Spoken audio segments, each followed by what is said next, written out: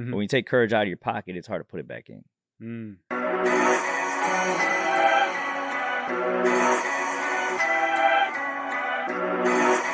we're live, cuzzo. Welcome back to Hit him with that intro. Look at you. You already...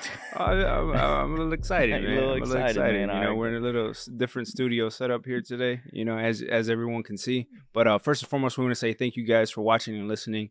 Welcome to episode 29. We are here in downtown Aurora at the City Hall. We have some good friends of ours that, you know, were fortunate enough to allow us to use this space today. So we want to say thank you to everybody that's involved with that. And let's get right into it, man. What would you like to talk about first? Man, let's talk about the new studio real quick, man. Okay. This is super exciting. It's a little cheesy. You saw saw how Malcolm was getting started. Yeah. But let's take it back to the beginning, man.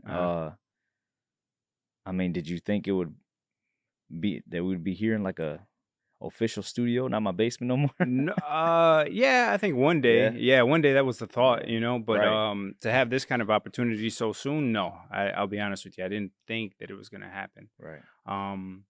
You know, but I think it's a testament to the work that we have put out up until this point. Right. You know, and to be honest with you, I mean, we couldn't have done it without an amazing list of guests that we've had on. Right. With all of our viewers and listeners. I mean, we don't have, you know, millions or anything like that, but the people that do watch and the people that do support, you know, without them, you know, we wouldn't be anywhere. Be here, So thank you to you guys for watching and listening. Yeah, for sure. So what have you learned along the way with everything, basically the classes we've been taking with all these interviews? Yeah. Do you think we were able to do you feel like you knowingly put together everything you learned, or was it just like your subconscious just doing the things that without thinking about it? You're referring to like specifically everything to get to this desk with this microphone. Yeah, you know, like that. Yeah. No, yeah. Because you gotta think we learned a lot from Rome all the way to our latest episode with Neither Nancy over Nancy. Yeah, we have. I think the one of the main sticking points, right, as to why we started this is mindset. Right. It's putting yourself in a certain mindset, believing that you can achieve something. Number one, we try to push and promote taking risks, right? Yep. I think that there's times in your life where you're gonna make mistakes. You know, things aren't going to go the way that you plan them to, and that's okay. But you can't be afraid to try. You know, obviously us, even shooting this, you know, shooting it. Yeah. This is the first time shooting in, you know, something like this. Yeah. It's different. It's weird. It can be intimidating. It can be challenging. But very much so, yeah. You just kind of got to jump off the cliff, man, and see what happens. Yeah. So, secondly, I would say that having the confidence. Right. You know, having the confidence to say like, yeah, why not us, or why not me, to have the opportunity, you know? Yeah. But what about yourself, man? What would you say are your biggest takeaways? So yeah, I would add you know, I would agree with the mindset. Mm-hmm. That's for sure. Mm-hmm. Confidence, and then something that we already knew, but it almost like, you know, clicked again was when I was out in LA for Phil Handy's event, where he talks about courage, and he said when you take it out of your pocket, is summary. But when you take courage out of your pocket, it's hard to put it back in. You know what I'm saying? So now that you've already came out, gotten in front of a camera, right, gotten in front of a microphone, right, you know, it's like it's hard to be like, oh, okay, now I'm afraid to do that now, right, you know what I'm saying? Right. So Right. I think that was like one of the biggest things I took away from this whole process. You know, because people finding out that you're doing a podcast is nerve-wracking. True. You know, true. you don't know what people are gonna say. Yeah, you don't know what people are gonna say. You have friends and family that, you know, either are gonna support you or talk about you behind your back, but you know, you just have to understand that comes with it. Right. That comes with the territory. Yeah. So like even you know, all the things that some of the people on TikTok that you may see where they talk about the process of when you start something. You know, first you get made fun of a little bit. You Mhm. know, and they kind of question what it is you're doing, Mhm. and then they're like, "Oh, that's actually kind of Eh, cool what you're doing." You know what yeah. I'm saying? So, Yeah, yeah. um, Or they'll come and start asking you how to create it, how how to how to start their own podcast, right? Or right, what equipment are you guys using? correct, Different things like that. And yeah, it is pretty yes, interesting to see how that goes and see yeah. how So that I flows. that's why I was like, man, we have to start it off with reflecting on where we started, Mhm. how we got here, Mhm. what we learned. Mhm. That way, people, because what we want is we want you guys to see that the same things that we're putting out, Mhm. we're also learning from, but then we're also taking action because it's one thing to just absorb it, For sure. and then For another thing sure. to actually put it in practice. No, for sure, for sure. And this is only the beginning, right? I mean, Yeah, there's a plethora of guests that we want to bring on here, right, that we're excited to hear their perspective, and also to right. get to allow them to give us knowledge, Yeah, for not just us, but our viewers and our listeners as well. yeah, So, yeah. Because all these things that we're talking about is easy to apply to another hmm and anything else. and you want to know what I'm really proud of is the guests that we've had on have all been local Yeah, up until this point. yeah. We have talked about, trying to reach out to Branch out. some bigger names, but at the same time, we're a small startup, right? Right, right, So, um, we were born here in the city of Aurora, right, right? We're homegrown. right, Pretty much everyone that we've had on, except for I think a couple guests, are all from Aurora, and I right. love the fact that we've put the people from our city, Yeah, in positions to just try and give more exposure to them as yeah. well. Definitely, There's definitely. been so many small businesses that have allowed us to come into their spaces Right. and spend their time with us and tell us how they got started and Yeah, all that. And I think yeah. that says something about what we've been trying to create. Yeah, definitely, man. Definitely. So, but yeah, that's all we wanted to cover first. Mm-hmm. And Mm-hmm. shout like we said, we want to thank obviously all the guests Mm-hmm. and Nick especially, and the Yeah, whole team right here that's definitely. Yeah. putting this Thank together. you. Thank you, Nick. We Appreciate you, appreciate you brother. guys. But Mexican independence is upon us. Right around the corner, sir. What do you got September going for? 16th. What do you got going for that? So I mean, I believe it's Saturday, if I'm correct. I believe it's Saturday. But Yeah, I don't have anything planned in particular, right, but I know that, the city, as always, man, they've already started doing it. I mean, we've got the Mexican flags right, everywhere, everywhere. Yeah, everywhere. Cars, it's blankets, coming. it's here. It's here. Tacos. It's here. It's tamale season is upon us. Right, It's right around the corner. right. But over the weekend, man, I know you were out of town, but I Yeah, was here, and the city of Aurora got to host. I don't know. I'll be honest with you. I don't know how many years they've been hosting it, but it's yeah, called Fiestas Patrias, yeah. and they hold it right here at Rivers Edge Park, Yep. and they bring out a bunch of big name bands, and it was beautiful to see the community come out Yeah. and support it. Yep. I mean, not only did we have the Latinos from here in the Aurora community, but we also had Latinos from the Chicagoland They're coming area everywhere. coming Yeah. coming out and Yeah. supporting the event. And then you had a lot of local vendors, selling their gear, selling their merch. Obviously, food, is a Right. big part of the culture. So, man, I was proud of the city.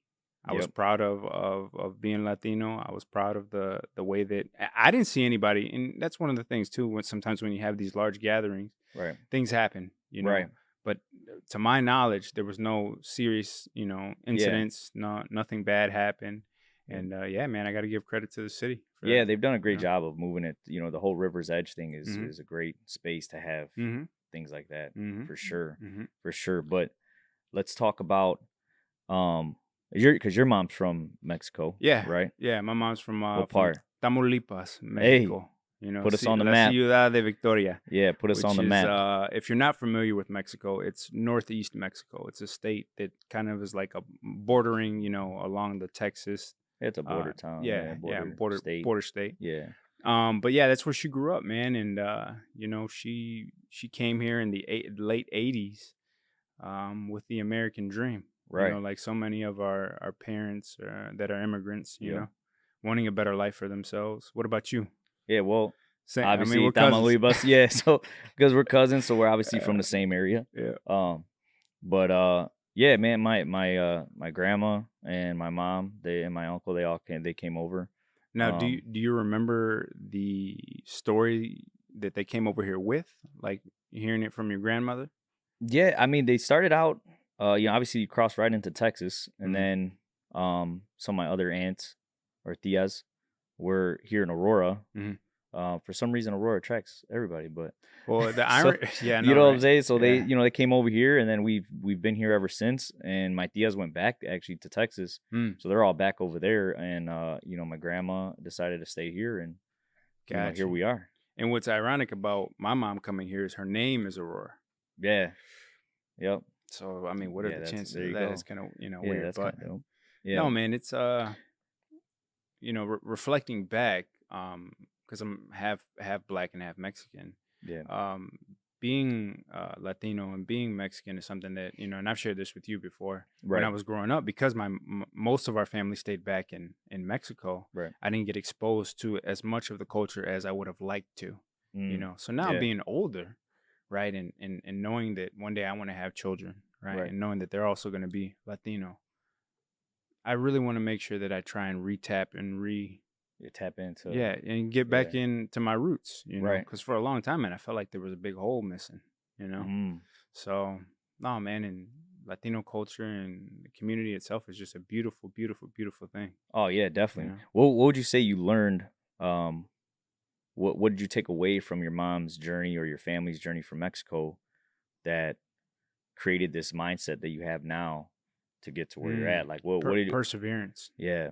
perseverance, resiliency. Yeah. I think that and to be honest with you, there's times where I reflect on it, and I'm just like, why? What am I complaining about? Yeah. Right? Whatever little Yeah. problem or issue that I may have on a day to day basis, Right. coming from another country, not knowing the language, not Yep. knowing anyone. I mean, other than your small group of family Yeah. Family. Yeah. that's over there, right, or Yep. that was over here for them to come and stay with. Outside of that, man, you're literally throwing a shot in the dark Yeah. and just hoping and praying that things work out. And Right. thankfully, it did.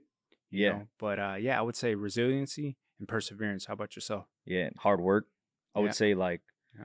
you know, we watch all. I mean, anybody who has family that immigrants in general, Mm-hmm. they're very hardworking people. Mm-hmm. So if you're able to take a little bit of that and then apply the new knowledge we learn as we develop, generations, like, the kids born, they get Yeah, smarter, people get smarter, you learn new things. true. But if you add hard work to that, Right, I mean, you're gonna put yourself in a better position right, always. right, right, right, So I right, took right. I took that away from, my grandma, my grandpa, my mom, seeing her go to school and full time Mm-hmm. and then work full time Mm-hmm. and then have me and my brother. Mm-hmm. I'm like, when you think about it, it's like, man, how'd you do all that? How did you do all that? Yeah. But it must be possible Oh, since for it was sure. done. For So sure. For sure. I think that was another thing, was learning that things aren't impossible. That whole thing of, anything's possible is Right. sometimes it sounds like, It's cliche, yeah, but Yeah. in reality, when you sit and think, and if you have somebody around you that's done some, Mm-hmm. incredible things, you're like, oh yeah, if I just chip away at it, Mm-hmm. then it can be done. For sure. For sure. Now, do you remember going back to Mexico as a kid? Yeah, it was fun, man. Yeah. It was fun. Yeah, it It was was fun. definitely fun going back. It sucks that we can't go back now like we used to, Yeah. but Yeah. yeah, it was definitely good times in Mexico, man. You learned a lot just being outside and, Mm-hmm. roaming the streets of Mexico, Yeah. and Yeah. Because yeah, yeah, as kids, man. I mean, obviously, we didn't have cell phones and technology back then, so it was right. just like you hang out with your cousins. That at that time when I first went down there, obviously, I had no idea how many cousins I really had. Yeah, you you got a lot of know, cousins. Yeah. and everybody that, as of Latino descent probably has, 30 cousins just like I do, Right. that Right. they know about and then probably don't know about, Right. but, yeah, man, I remember going pretty often as a kid. My mom would usually go every summer. Yeah. And the crazy thing is my mom would drive us down to Mexico, Man, we would drive.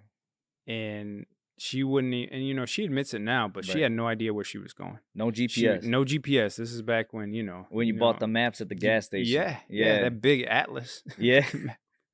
But Yeah. she would drive down there. She wouldn't know where she was going. She'd get lost, Right. and somehow, some way, 3 days later, find her way in Tamaulipas.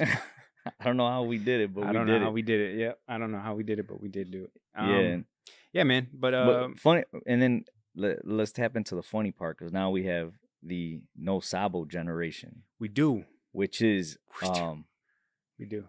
I mean, it's funny because like you got people with super Mexican names, and then Right, they're like, nah, I don't speak Spanish. right, right.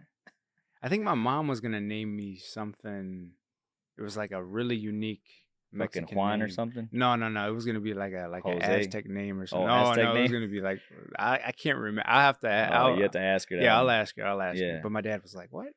He's like, "No, we're not naming yeah. him that." But no. But do you still speak Spanish on the regular now? Yeah, I had Okay. I had a slow start because Mm-hmm. I mean I did speak Spanish growing up with Mm-hmm. my grandpa because he doesn't speak English, Mm-hmm. but it Mm-hmm. was always very broken because it would like we spoke English at home, Right. which I think it was just the way our parents adapted Yeah. to whatever the culture was, and Yeah. I don't know if if it was back then if speaking Spanish was frowned upon almost it seemed like when we first came over. I think. So I think I don't know if that was something, but Yeah. because now it's like kids aren't speaking really at Yeah. all. I think it stems more from the fact that at that time, the mindset of some of those parents was, I don't want my child to be the thorn that sticks out, Right. you know? Yeah. So it's not that I don't want to teach them Spanish, but I came over here so that they can become indoctrinated Yeah. into the American American. way, Yeah. you know? And obviously, I'm sure some of those kids will probably feel like, hey, I wish you would have taught me Spanish because Right. it would have been more beneficial. Oh Not saying yeah, they still definitely. can't learn it, Yeah, you can obviously, still but learn it, but um yeah, I think that's is where it more stems from. yeah, because you see other cultures and they don't lose their language. They No. speak it at home Mhm. first Mhm. because you're gonna learn English anyway at Mhm. school. Mhm. So Yeah, and my brother, he doesn't speak it. He doesn't yeah, speak Spanish at all. yeah, my little You brother know? CJ, he can't Yeah. like he can speak some stuff, but there's no way he can get through a conversation. And then my Yeah. other brother, he can understand it pretty well and Yeah. speak it, but it's like broken. Yeah. Yeah. So it Yeah. just takes practice. No, it That's does. all. It does. It It just does. takes practice. Yeah. But yeah, man, I would say like overall like I think coming from immigrant family has helped put myself in better positions, and I think it's helped a lot of other you know Im- kids from immigrants. If I mean, Mhm. even if you see like some of these professional jobs, Mhm. Mhm. there's a lot of Latinos coming out of school and Oh yeah. getting these jobs, whether it's firefighters. Yeah. I mean, police is a big one Mhm. that they're starting to get hired for. Mhm. Mhm. Um, I mean, even here, here at the city, Yeah. Yeah. so We're everywhere. we're everywhere now. We ain't just in the kitchen. No, no, sir. Yeah, No, we're sir. everywhere now. No, sir. Yeah, because I think there's actually a statistic coming out where I think the Hispanic population might be The second most, at yeah if like not the most. yeah, and eventually over time. Nah, that's pretty So accurate. I mean, that yeah, that that makes sense. yeah. But you got your fun facts in here. Why don't you hit them with I those do fun have some facts fun before we facts. transition? So let me go ahead and pull those up for you guys because I want to make sure that we are as accurate as possible here on the Electus podcast. Every now and then we mess up. We tell you guys all the time we're not perfect. Right. But so Mexican Independence Day is September 16th, and it happened on 1821. But before that, there was a gentleman by the name of Miguel Hidalgo y Castilla, and he was a Catholic priest and a revolutionary leader who was responsible for the cry of independence. And he did that cry of independence on September 15th, 1810. And his cry led to the charging up of the people of Mexico to stand up against the Spaniards and to fight for their independence. Mm. And that was roughly about 300 years after Spain had invaded Mexico. So, I mean, just hearing that, right? Like, Yeah. hearing about one individual choosing to, this cry, almost this plea for his Yeah. country, for his nation. I mean, I could only imagine at that time what that would have been like, Right. to hear that. Yep. But then only 11 years later, to actually see it come to fruition. Right. Now 11 years is a long time. and you know what's funny is what do we talk about, man? Doing things in decades. Decades, So yeah, it goes it goes yeah, back to even then. it took a whole decade for that to happen. Yeah, But yeah, I can only imagine, I mean, obviously, this is just a part of human history and whatnot. right. But yeah, I can only imagine what that would have felt like to finally have that moment of independence, to Yeah, say that, we're no longer going to allow, yeah, this group of people to tell us what to do, how to do it, when to do it, right, etc. You know. right. So yeah, that's my little fun fact Yeah, there you go. for the day There here you at the go. Electives Taking courage podcast. out of your pocket, Miguel. Never putting it back in. That's what's up, man. And then tying kind of tying that all together. hmm hmm Obviously, we got our boy Canelo We do. fighting September We 30th. do. We do. We do. He's He's two got weeks away. yeah, 2 weeks away. You Yeah. got Canelo still or what? Because I know you're on FanDuel. So So so I need to know. I need to know yeah, what your pick where to is. place your bets? No, Yeah, I'm not the you're not the guru I yet. no, I'm not the guru. I'm not the guru. I mean, hopefully one day, right? But Right, no, probably not. Probably not. But right. yeah, Canelo, stylistically, this is going Yeah, to be a challenging fight for him. He always usually has a an issue with guys who move a lot. Charlo's a guy who's got good feet, good right. jab, good right hand. But I'm looking for Canelo hasn't looked good in his last 3 fights, in my opinion. So what I'm looking for him to do is kind of use this fight as a stepping stone to get an even bigger fight Yeah. down the road, like a David Benavidez, Okay. or a rematch with the guy that beat him by the name of Dimitri Bivol, Oh, I believe Bivol. was his name. Yeah. So yeah, man, I'm looking for Canelo to make a statement. Okay. It's September 30th. It's the month of Mexico. Right. I mean, He's got to it's have a big win, like unanimous. yeah, Yeah, he's got yeah. to. And from my understanding, he had an injury that occurred in either the previous fight or the one before that caused him to not look as good as he's been looking. Right. So, I mean, we'll see. Oh But yeah. hey, he always puts on a great event. Yeah. He always represents for the country of Mexico. And Yeah, for sure. yeah, man, I wish him the best of luck. Yeah, got Canelo for sure, man. Got him. Always. Yeah. Always got to roll with Canelo. Yeah, but I'll be honest though, I wouldn't be surprised if Charlo upsets him. Now, in order to upset Canelo Yeah. on, a month like this month, and the day and the Right. significance of it all, he would have to knock him down or knock him out, and that's going to be really Like he hard. ain't gonna win by It's decision. not. I don't. Yeah, think I don't think they could do it to him. No, no, Yeah. no. Yeah. But yeah, man.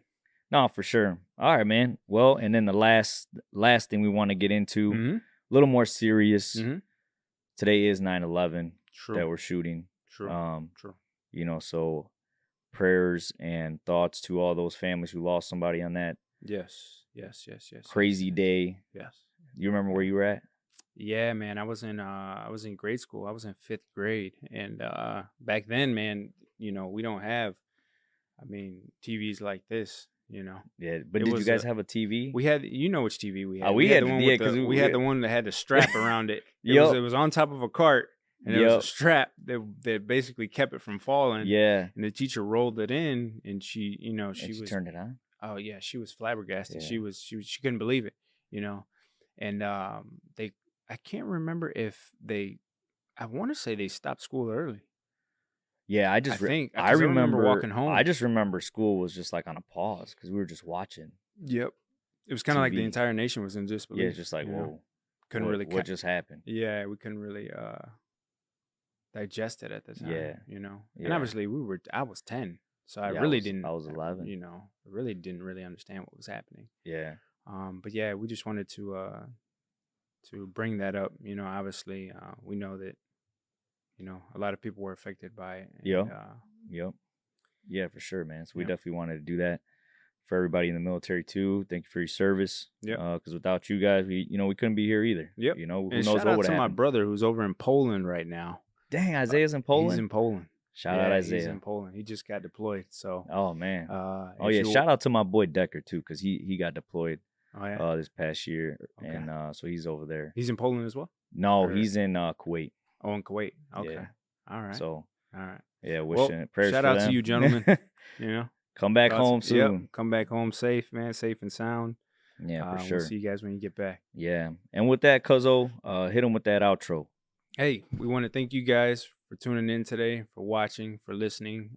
We want to say thank you again to not only Nick from the city of Aurora, but Yeah. Alex, who's working behind the scenes Yep. on the keyboard for us and is responsible for editing and setting all this stuff up.